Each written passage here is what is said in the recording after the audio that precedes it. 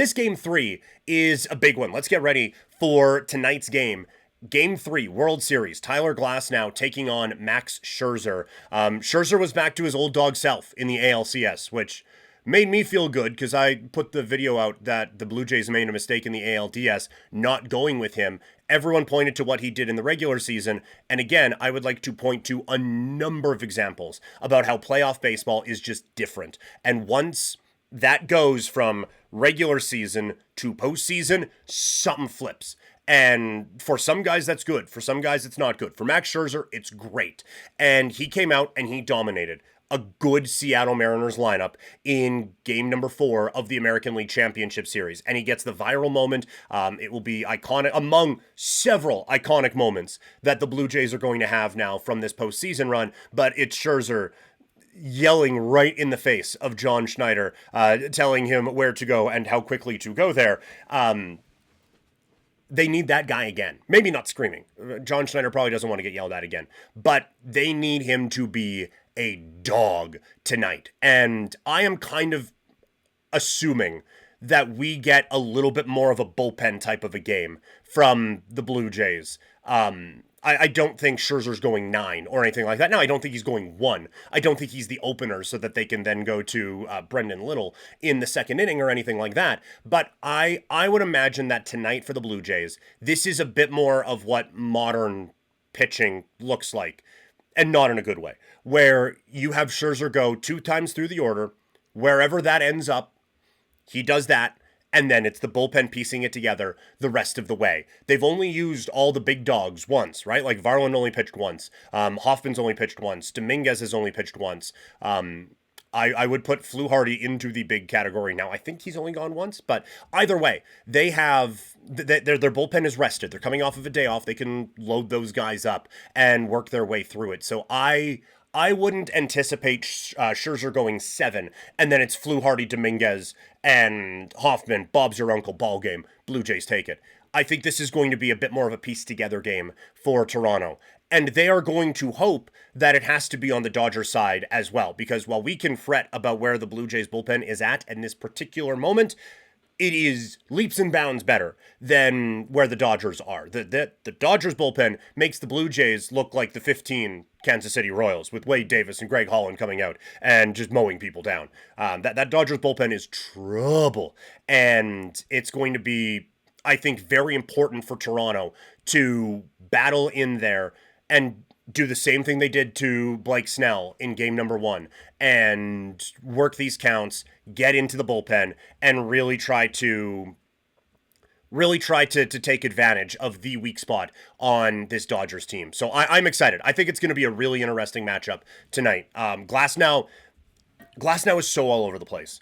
And it is kind of like Blake Snell. Not so much with the location things. Like Snell, I heard a preview going into the game saying that Snell, of all the pitchers left, he was the one who had the best chance of throwing a no-hitter. And now I think that's obviously Yamamoto. But Snell, he has the best chance of doing that. He also has the best chance of not making it through the first inning. Like, he can be a little bit all over location-wise, and the Blue Jays are a bad matchup for him. Glasnow isn't as much. It's just a little inconsistent, but his highs are about as high as you can get in the sport. So it's going to be a really difficult matchup tonight, and I can't wait to see how the Blue Jays battle through this one. Toxic in the chat, do you think today is a must-win for the Blue Jays? I don't. I don't believe that, no. I think, like, obviously, going down 2-1 makes it quite difficult. But I do still think if they go down 2-1 in this series, you are still coming back with Bieber, Savage, and Gosman looking to win 3 games. And what we just discussed, like they're a tough matchup for Blake Snell. Glasnow, we'll see.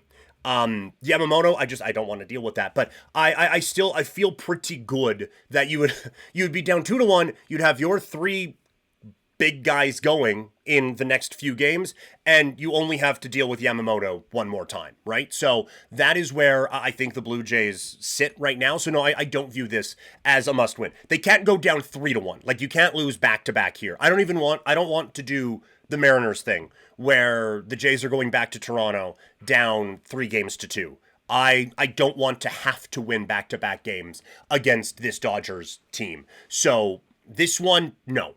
The next one would be if this one doesn't necessarily go their way for the Blue Jays. Also, Wells, I think, in the kick chat saying hello and then bro is how I read that. Anyway, so yes, hello. Thanks for popping in today. The other big part of this for Toronto is Bichette is back in the lineup now. And look, he is absolutely doing everything he can to be a productive member of the Blue Jays. And I think he was. Like, he wasn't Bichette in capital letters, like, oh, wow, watch out, here come the Blue Jays because Bo's back. But he did enough. Like, the play at second, it's phenomenal. To have not played the position since 2019, and now for the best play of the game to happen on the shortstop shortstop side of second anyway, it's pretty funny.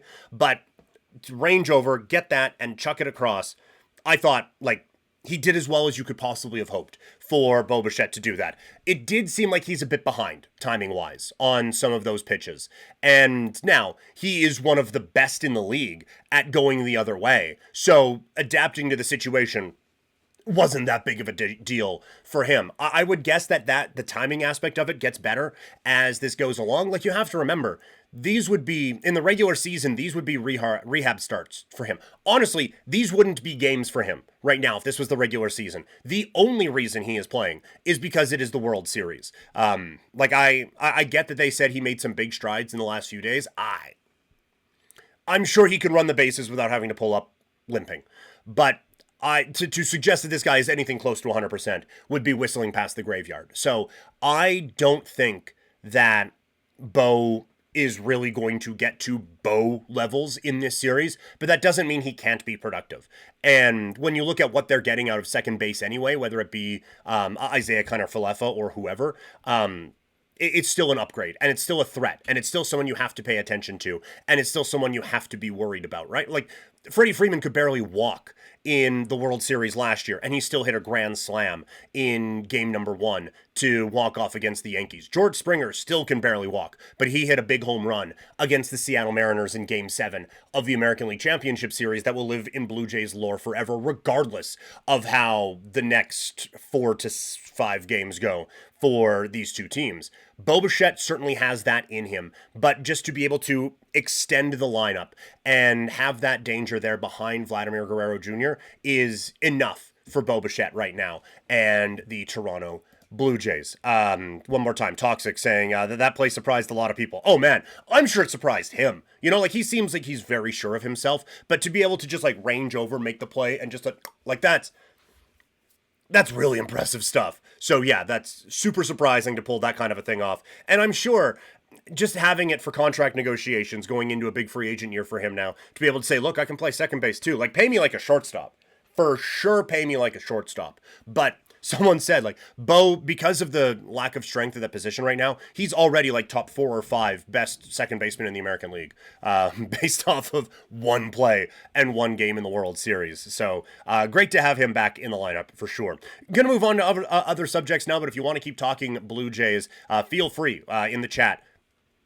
We'll get back to it, I promise. Or leave it in the comments after the fact and we can chat about it then. But yeah, very excited to talk all things Blue Jays and a lot more coming up on it as the week goes on.